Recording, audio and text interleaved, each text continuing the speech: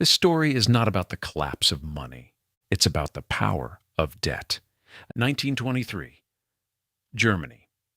When you go to the bakery to buy a loaf of bread, you don't carry your money in a wallet, but in a wheelbarrow. Because that day, one loaf of bread costs 1 billion marks. Do you know how Germany got to this point? It printed money to pay the cost of World War I. It borrowed, and when that debt spiraled out of control, it destroyed the currency. Today I'm going to tell the story of debt, how it began, how it grew, how it penetrated every corner of the world, and how it settled right in the center of your life without you even hearing its name. This is not an economics lesson. This is the story of the longest-running power game in the world.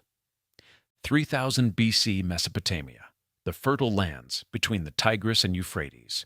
A farmer goes to his neighbor's granary. He has no wheat. He had a hard winter, but spring is coming and his field is waiting to be sown. He says to his neighbor, "Give me 10 bushels of wheat today. I'll give you 12 at harvest." The neighbor agrees, but they don't trust memory. They take a clay tablet and carve symbols with a stick, date, amount, maturity, and both press their fingerprints onto the tablet. That moment, the birth of one of the most important inventions in human history. Money had not yet been invented. Writing was just developing. But debt existed because debt represents something very simple: trust.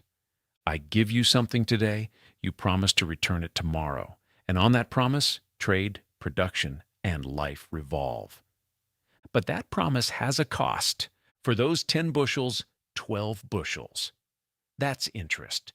Interest was embedded in debt from the very beginning. Because giving today is a sacrifice and receiving tomorrow is uncertain, and uncertainty must have a price. The Romans called it finis. The Arabs called it riba and forbade it. The church called it usury and condemned it. But none could stop it, because debt worked, and nothing that has worked in human history has ever stopped. 1400s. Florence. Giovanni de' Medici sits at a small money-changing table. Throughout the Middle Ages, the Church had declared interest a sin. Did not Lord Jesus create time? Time belongs to God. You cannot make money from time. That was the official doctrine. But Giovanni noticed something. If you don't call it interest, it's not considered a sin. You make a deal with a merchant in Venice. I give you Florentine livre tournois today. You repay me in ducats in Venice. The exchange rate, coincidentally, is not in your favor. The difference is interest, but no one calls it that. The Medici family grew through this cambio system. Grew, and grew. They became the bankers of the popes. They lent to kings and queens. They turned Florence into the capital of the Renaissance. Art? The Medicis financed it. Michelangelo's magnificent ceiling in the Sistine Chapel. Behind it lies wealth created by debt and interest. Debt was shaping not just the economy, but the course of civilization. And the greatest lesson of the Medicis was this: declaring something forbidden does not stop it. It only makes it more creative. 1694, London, England. And King William II's treasury is on the brink of bankruptcy. Years of war with France have drained the state's coffers. Soldiers go unpaid. Ships are neglected. The empire is cracking. At that moment, a Scottish banker named William Paterson comes to the court. His proposal is simple. Your Majesty, we will give you £1.2 million. In return, grant us permission to establish a bank and let this bank issue money. The king agrees. In 1694, the Bank of England is founded. This was not just an ordinary bank opening. This was the birth of a principle that would change history. Until then, you needed wealth to lend money. Now, debt itself could create wealth. Let me make it concrete. You deposit 1,000 gold coins in a bank. The bank gives you a receipt. Then it gives that receipt to someone else, worth 900 gold. Then sells it again, worth 810. The same 1,000 gold circulates again and again. The physical gold never moves. But the economy grows. This system is called fractional reserve banking, and it lies at the foundation of all modern economic growth. Thanks to this, England financed wars, governed colonies, and launched the Industrial Revolution, and gained a powerful advantage over its rivals. The ability to borrow wins wars. 1760s Manchester. James Watt develops the steam engine, but he has no money to build a factory. He partners with a businessman named Matthew Boulton. Where does Boulton get the money? From the bank, by borrowing. The factory opens. It profits. The debt is repaid. Then they borrow again for a bigger factory. Was the Industrial Revolution a victory of technology? Partly, but it was also a victory of debt. Railways were built with debt. Factories were founded with debt. Cities grew with debt. Debt was a tool to bring the future into the present, and with it humanity escaped thousands of years of poverty in just 150 years. But something else happened. Debt stopped being just a tool. It became a product. A product banks sell, trade, and price, and one of the most profitable products in history. Why so profitable? Think, if you build a factory, you need raw materials, labor, machines. If you provide a service, you need effort. But if you lend money, you just write a number, and that number generates interest for years without wearing out, without aging. Debt is the highest return, zero-cost product in history. Every story has a turning point.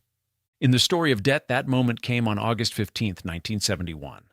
President Nixon appears on television, wearing a tie, the American flag behind him. Calmly, he says, "I am temporarily suspending the convertibility of the dollar into gold." Temporary? That temporary has never ended. What did that mean? Since 1944, global currencies were tied to gold, 1 ounce of gold for every $35. That was the anchor. No matter how much money you printed, it had to correspond to gold. There was a limit. Nixon removed that limit. From that day on, money became just a promise, a piece of paper the state declares valuable. And debt, it no longer needed to be backed by a real asset. What happened next? In 1971, global debt was about $10 trillion. Today, $307 trillion, 30 times more in 52 years. And this increase was felt not only in numbers, but in lives. Housing prices rose because everyone could get mortgages. Tuition skyrocketed because everyone could get student loans. Healthcare costs increased because debt permeated the system. 2003 Wall Street. Analysts noticed something. Mortgages were highly profitable. But how many could a bank issue? As much as its reserves allowed. There was a limit. Then someone asked, "What if we bundle and sell these loans?" That was the moment the system went insane. Thousands of mortgages were pooled, packaged, given a high rating, AAA, sold to investors.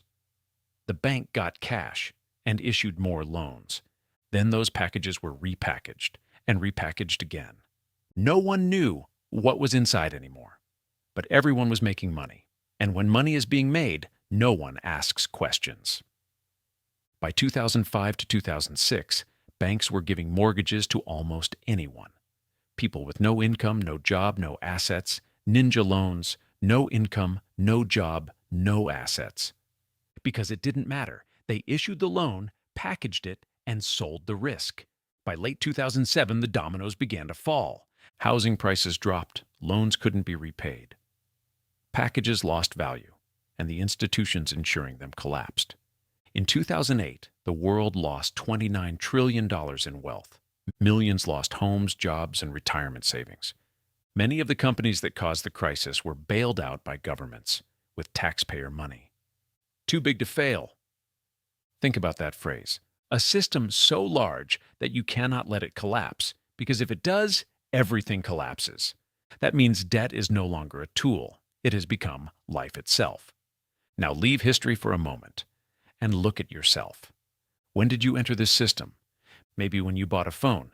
0% interest, 12 installments. There's no such thing as zero interest. It's built into the price. Maybe when you paid university tuition, maybe when you bought a house. 20-year mortgage. Have you calculated it? You pay double the house price. Am I blaming the system? No, because without it, you couldn't go to that university, move into that house, or buy that phone. Debt is a tool to bring the future into today, and used correctly, it changes lives. But here's the critical question. Are you using the tool, or is the tool using you? Think. When you wake up, work, and earn money, how much of that money is truly yours?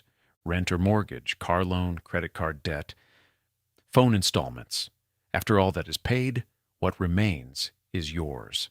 And if that remainder is very little, if most of what you earn goes to past debts, then you are working for debt, for a bank, for a financial institution, without even knowing its name or seeing its face. Let's return to the beginning.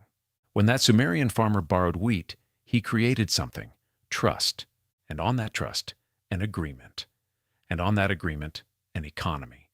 Thousands of years passed. Clay tablets became paper. Paper became digital numbers. But the principle stayed the same. Debt is a promise, and promises must be kept. But that promise has both sustained the greatest empires and caused the greatest collapses. It elevated the Medicis. It drove Germany into hyperinflation. It made the Industrial Revolution possible. It devastated millions in 2008. And now, at the end of this video, I want to ask you one thing. In this system, which side are you on? The one who pays interest or the one who earns it? The borrower or the lender? The one who shares in the value created or the one who creates it but can never keep it? Because when that Sumerian farmer made the deal, there were two people. One asked for 10 bushels. The other knew he would receive 12. Throughout history, there have always been two people. And every time, those who received 12 wrote history. Now the question is, will you ask for 10 or will you take 12?